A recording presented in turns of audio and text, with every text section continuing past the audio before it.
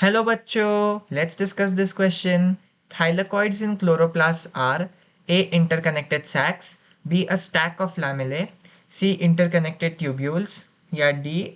Place of Calvin cycle. इस question को solve करने का जो की कॉन्सेप्ट है वो है आपके क्लोरोप्लास्ट के स्ट्रक्चर को ज़रा सा समझना।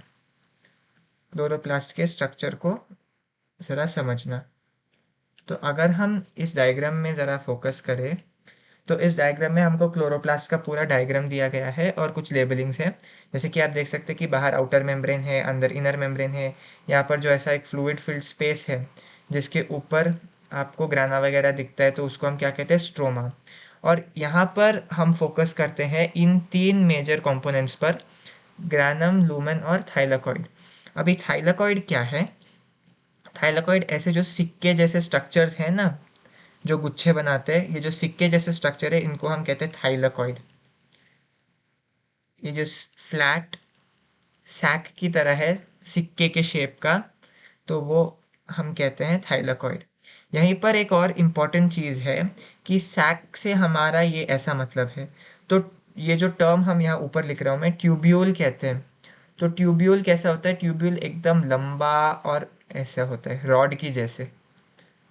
ट्यूब्यूल रॉड के जैसा होता है और जो सैक है वो कॉइन के जैसा होता है। तो इन दोनों में आप अभी क्लियरली फ़र्क समझ सकेंगे कि जो थाइलाकॉइड है वो सिक्के जैसा है और जो ट्यूब्यूल है वो रॉड जैसा है।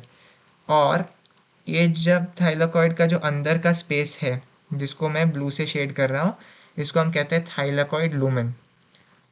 इसको हम कहते हैं थाइलाकॉइड लूमेन। और इसी के अंदर आपको क्लोरोफिल दिखेगा। इसी के अंदर आपको क्लोरोफिल दिखेगा। और इनका जो सिक्कों का जो एक गुच्छा है, ऐसे एक के ऊपर एक जो वो स्टैक करते हुए जाते हैं, इसी को हम क्या कहते हैं? ग्रानम। इस पूरे गुच्छे को हम कहते हैं ग्रानम। और आप देख सकते हैं कि एक ग्रानम दूसरे ग्रानम के साथ कनेक्टेड है, तो इन कनेक्शंस को हम कहते हैं स्ट्रोमा लैमिले। इन्हीं कनेक्शंस को हम कहते हैं स्ट्रोमा लैमिले।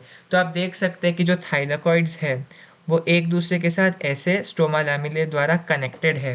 तो हम थाइलाकॉइड्स को इंटरकनेक्टेड सैक्स कह सकते हैं। इंटरकनेक्टेड सैक्स कह सकते हैं। क्यों? क्योंकि उनका जो शेप है वो सिक्का जैसा है और वो स्ट्रोमा लैमिले द्वारा एक दूसरे से कनेक्टेड है। तो क्वेश्चन में हमसे केवल यही पूछा गया है कि थाइलाकॉइड की जो करेक्ट डिस्क्रिप्शन है हमको वो चुनना है।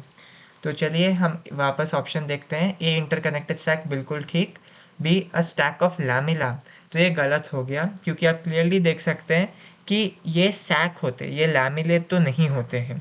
अगर हम स्टैक की बात करें तो वो ग्रैनम होगा और लैमिले का नहीं होगा। सैक का, स्टैक को हम ग्रैनम कहते हैं। स्टैक ऑफ सैक, उसको हम ग्रैनम कहते हैं। तो ये भी गलत है।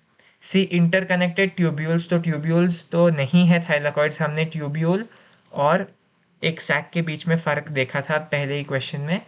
और प्लेस ऑफ कैल्विन साइकिल तो ये नहीं है। कैल्विन साइकिल होता है आपके स्ट्रोमा में। कैल्विन साइकिल में अगर हम सिंपल शब्दों में कहें तो कार्बन डाइऑक्साइड को चेंज किया जाता है ग्लूकोज में। 6 टोटल कार्बन डाइऑक्साइड की मॉलिक्यूल्स चाहिए और एनर्जी एंजाइम्स द्वारा इनको चेंज किया जाता है ग्लूकोज में। तो ये भी गलत है। So the correct option to this question is option A, interconnected sacs. Hope you've understood it well. All the best.